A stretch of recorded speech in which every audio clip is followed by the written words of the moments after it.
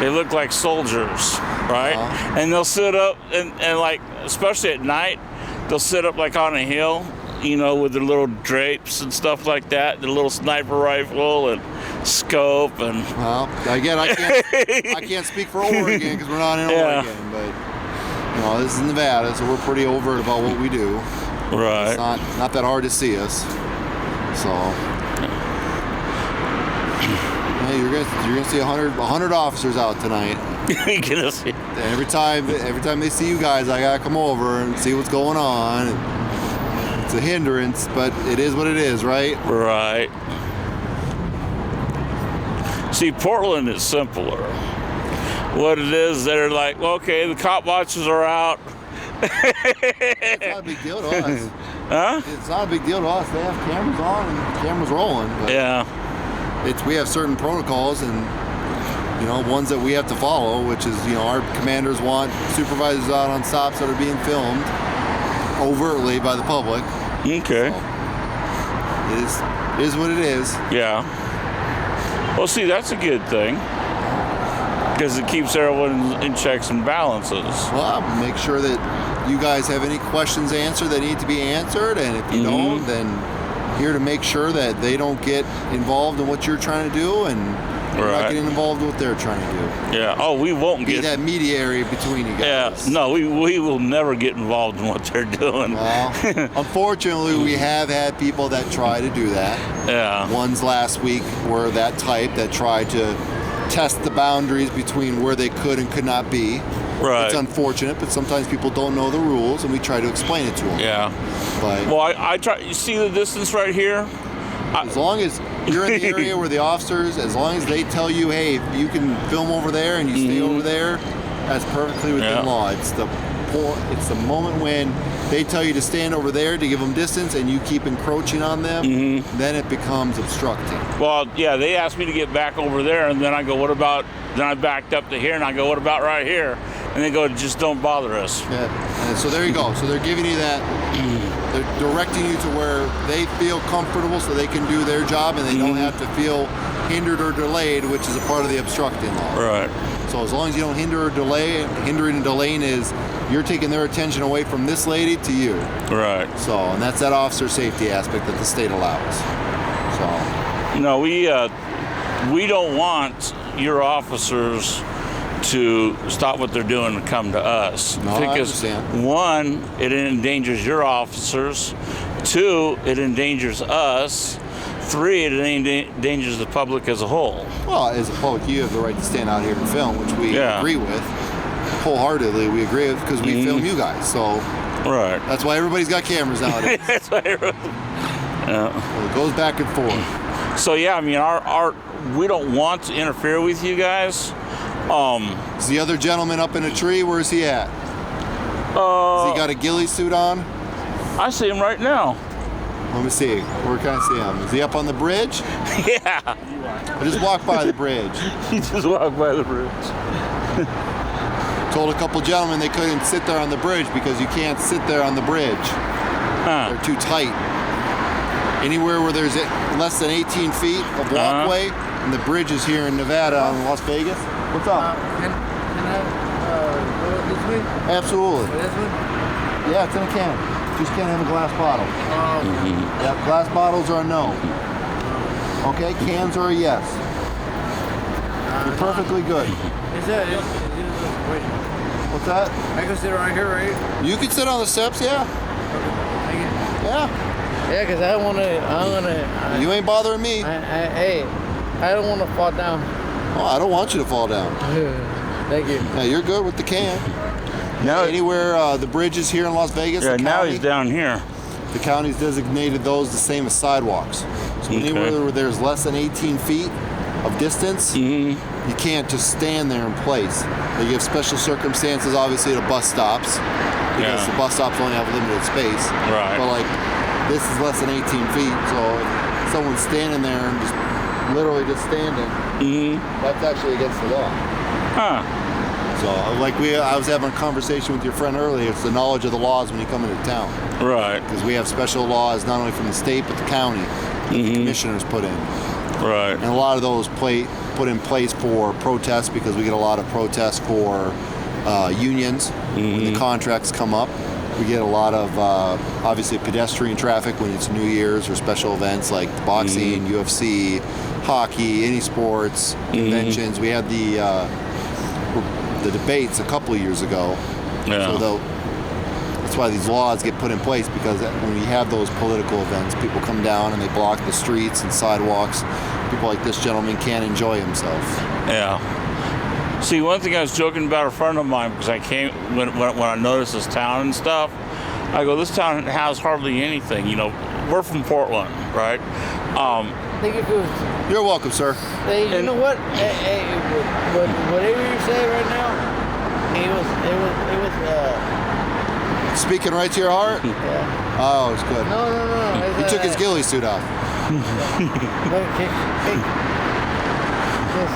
if I'm over there, I'm good, right? As long as you don't have it in a glass bottle, that's the only thing that's against the law. All right? There you go, sir. Yep. Like I told him, anytime if they have you guys out here, our protocol is I got to come out here. So I got to walk my butt over here. Oh, shit. Also, while we're filming, he's going to be talking to us? Oh, wow. Yeah. Cool, right on. They're doing their job. They don't need me. Are they going to do a DUI or physical I have no idea what they're doing, sir. That's their job. Their job is to figure out what's going on with the traffic stop. Unless they need a supervisor, they'll let me know. So, got a question for you. Absolutely. If your officer stops someone and they have drug paraphernalia on them, say they got a small bit of heroin or meth, what do you guys usually do? Do you have a protocol that you go by? Well, it's against the state law. So possession of drug paraphernalia or possession of drugs is a state offense, which means the state's the victim, which they can do a multitude of things. They can arrest them for a felony, or if it's paraphernalia, a misdemeanor. But again, marijuana is not illegal. The paraphernalia related to marijuana is not illegal. But also paraphernalia used for marijuana can be used for other different illicit substances. But they can do anything from arrest, they can do it from collecting the item for evidence to use later, or to submit a warrant later down the road if they choose. We can talk to the driver, see where they're getting their drugs from, and go figure out a bigger problem, which is the person that's providing those drugs.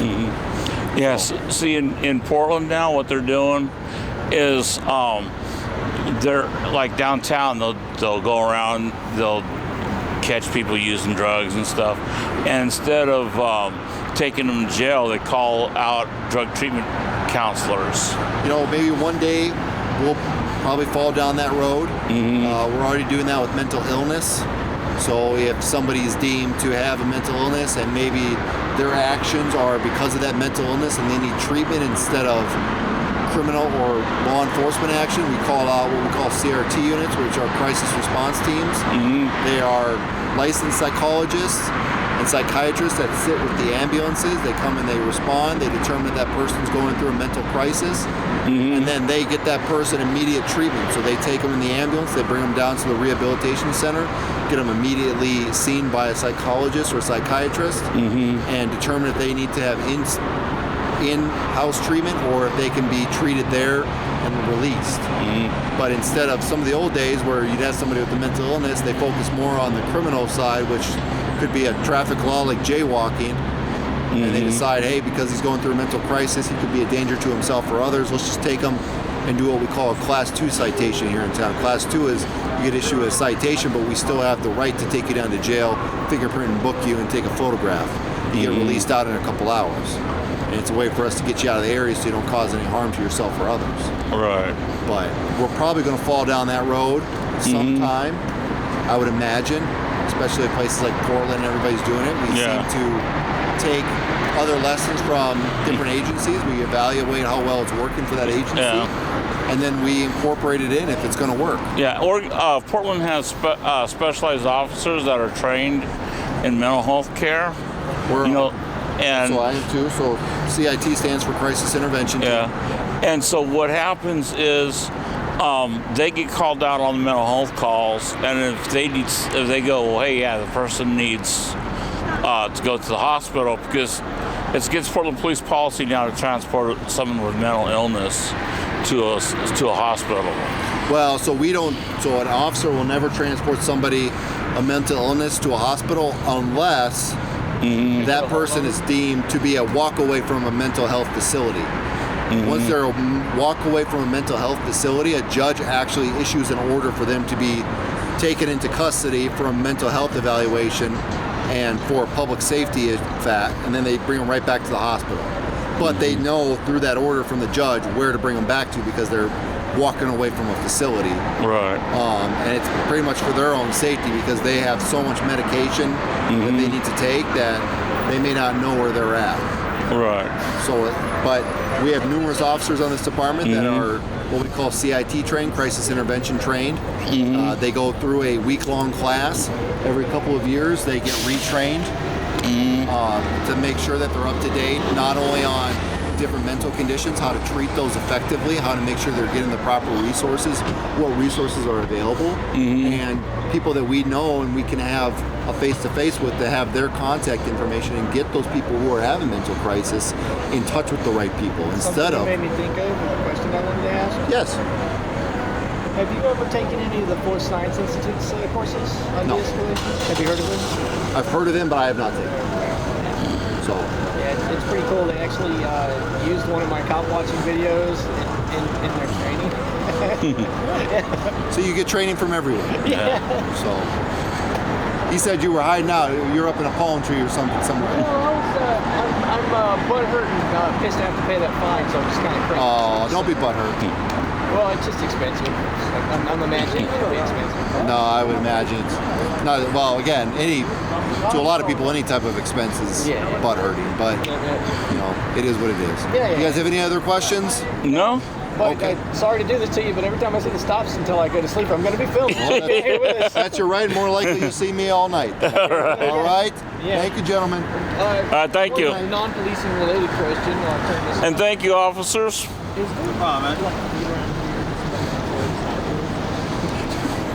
Your best bets, try to get into the cafes.